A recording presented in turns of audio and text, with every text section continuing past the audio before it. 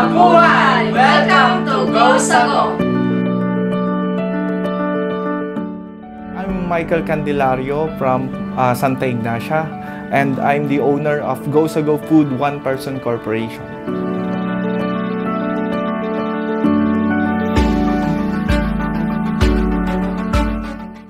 Nag-work ako since nung nag-graduate ako sa Manila for 1 year, 2011.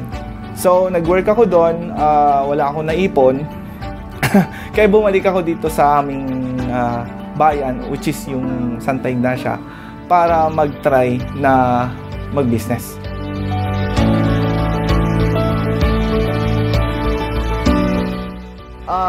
Siguro yun yung naging inspiration ko. Hindi kasi ako mapakali eh.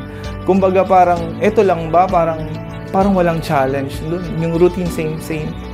Nasabi ko parang much better na hawak ko yung oras ko at ako nakakapag-decide kung ano yung pwede kong gawin doon sa aking ginagawa araw-araw. Dahil sa pagsusumikap ni Mike, lumago ang kanyang negosyo at nagkaroon ito ng 19 na sangay sa iba't ibang mga lugar sa lalawigan ng Tarlac. Ngunit kasabay ng paglago nito ay ang pagdating ng di inaasahang pandemya na labis na nakaapekto sa tulad ni Mike na isang negosyante. Sobrang dagok sa finances. Kasi syempre, yung business mo, actually hiwalay yan sa akin as personal. Ako, sumasahod lang din ako eh. Personal business versus yung family na, syempre, father mo, mother mo, kailangan mong gastusan. So, nagkalumugluklok din ako sa utang. So, may mga utang din tayo. Pero, at the same time, hindi na tayo pinabayaan ni Lord. Naman tayo sa mga ating employees, hindi natin sila pinabayaan. Nakipag-communicate tayo sa kanila. As in, wala din kasi silang trabaho that time. Hindi rin naman sila makapasok. May mga tulong na minaximize natin yung mga tulong galing sa mga local government, especially PICEDO, no? May mga naitulong sa atin. Ang programa ng PICEDO na Business Recovery Loan Assistance ang nagsilbing kapital ni Mike noong panahon ng pangangailangan sa gitna ng pandemya. Sa tulong nito, naiahon ni Mike ang kanyang negosyo at ang kanyang mga empleyado. Unang-una, yung PICEDO, nagbigay sila ng chance na pwede kang mag-loan, no? Yun ay ginamit ko para doon sa reconstruct ng aking business. Kasi dati, syempre sabi ko nga, nakagastos ako ng pera, so wala akong masyadong pagkukunan ng additional fund.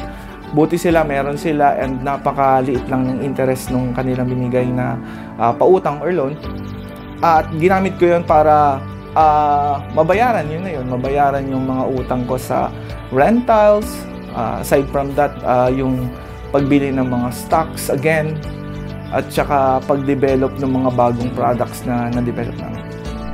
Taong 2021 nang gawaran si Mike ng Gawad Tarlac Henyo at kinilala bilang isang negosyante na nagbigay inspirasyon dahil sa kwento ng kanyang katatagan.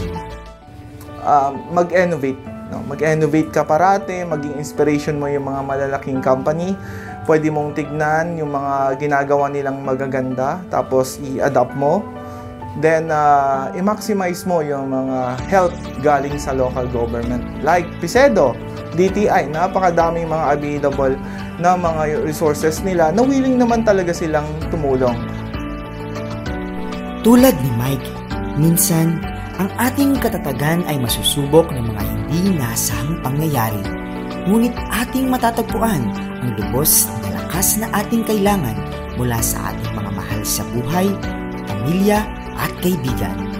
Isa lamang si Mike sa mga Tarlacenyong natulungan ng mga programang handog ng PICEDO na malagpasan ang bawat unos na dinulot ng pandemya.